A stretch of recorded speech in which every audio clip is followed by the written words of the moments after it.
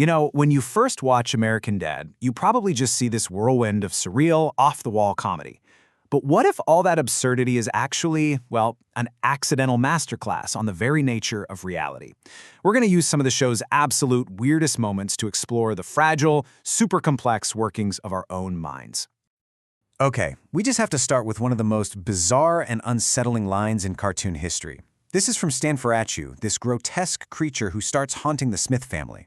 I mean, this one quote, it just perfectly sets the stage. It's weird, it's strangely philosophical, and it's a little peek into a very, very different kind of reality. And that leads us to our big question here. What if the show isn't just being weird for the sake of it? What if these moments are actually perfect illustrations of some pretty profound psychological concepts? We're going to explore how Stan Smith's breaks from reality can actually teach us a ton about delusion, hallucination, and maybe even the fabric of consciousness itself. To really do this right, we're going to focus on two key episodes as our case studies. In both of them, Stan gets thrown into a world that really only he can see, forcing all of us to question what's real and what's just going on inside his head.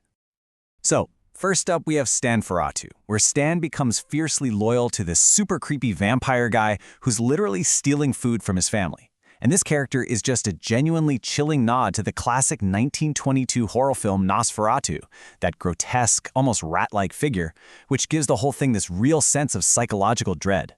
Then there's Nighthawk's Hideaway, where he finds a TV show that doesn't even exist, and it pulls him into this whole community of fellow nutjobs. So in both cases, you have Stan's reality completely clashing with what everyone else is seeing.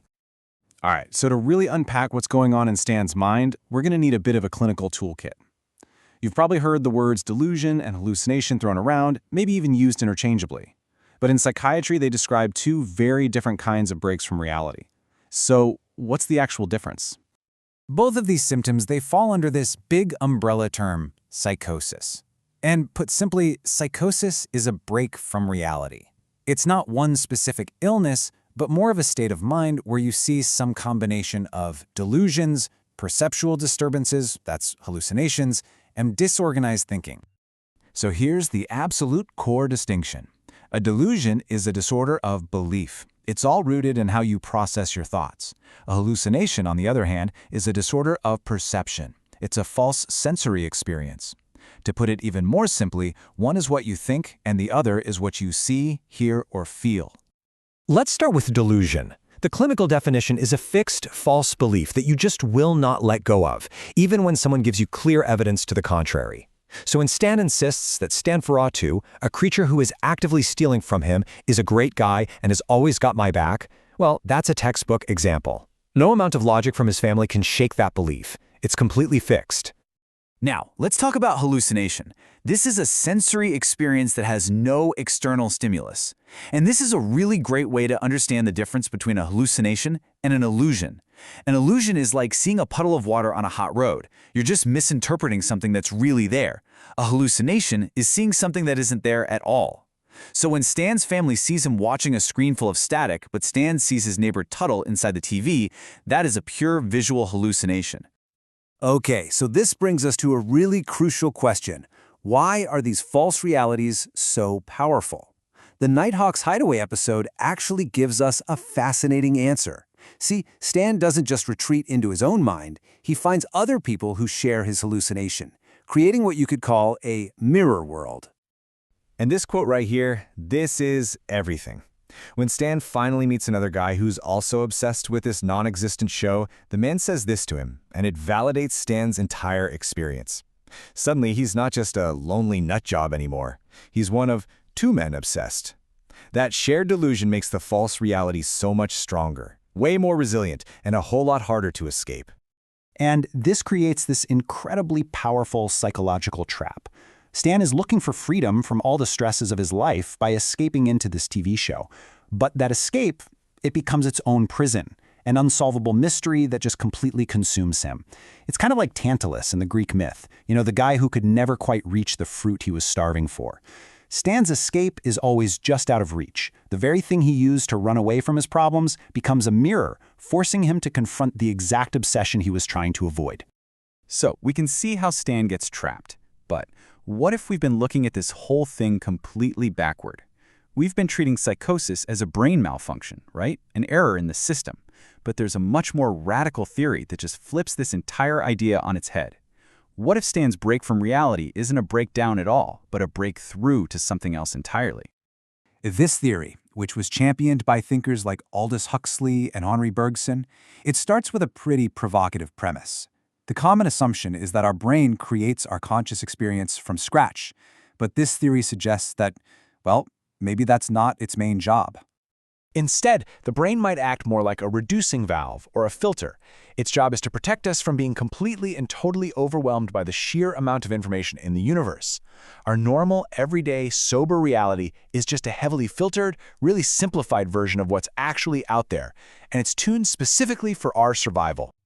So, what happens if that filter gets turned down? According to this theory, things like psychedelics or deep meditation, or maybe even psychosis could temporarily shut down this reducing valve, and that could grant us access to a wider, unfiltered reality, what Huxley called mind at large. The visions that come from that might not be random noise. They could be genuine perceptions of this deeper reality. And that leads to this incredible idea. What if you could intentionally bypass that filter?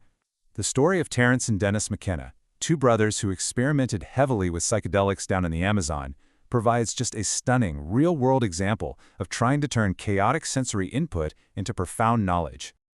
See, the McKennas weren't just thrill seekers. They'd been part of the whole LSD revolution, but felt like it only offered interesting thoughts, not the true visions you read about in ancient texts. They were seeking gnosis, this kind of direct, revealed knowledge, not just a cool idea. And they believed that the Amazon held the key. Their approach was totally unique. Instead of just surrendering to some pre-packaged spiritual belief system, they applied a kind of skeptical observation to the most extreme psychedelic input you can imagine. Terence McKenna called it rationalism in confrontation with the weird edges. They weren't trying to confirm a belief. They were trying to witness and decode whatever the experience was throwing at them. And this is the moment it all comes together. During a really intense experience, they felt like the mushrooms were speaking to them, choosing them for some kind of mission. Now that's a sensory hallucination, hearing a voice. But when they asked that voice, why us? The answer wasn't random. It was this profound cognitive insight that defined their entire identity and their purpose. The sensory input, the voice, was reworked into a fixed guiding belief. A hallucination became gnosis. So, where does this all leave us? I mean, we've gone from a cartoon vampire to clinical psychiatry, and all the way to the very edge of consciousness. Let's just quickly retrace our steps. We started with the sheer absurdity of American Dad just to see the clinical line between a false belief and a false perception.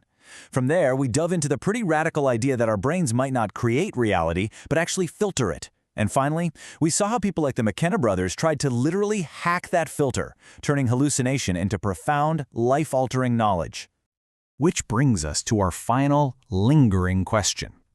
If the brain is just a filter, and that filter can be bypassed, then what really is the difference between a psychotic breakdown and a spiritual breakthrough? Is Stan Smith just losing his mind, or is he accidentally tapping into something much, much bigger? The line, it seems, might be a whole lot blurrier than we think.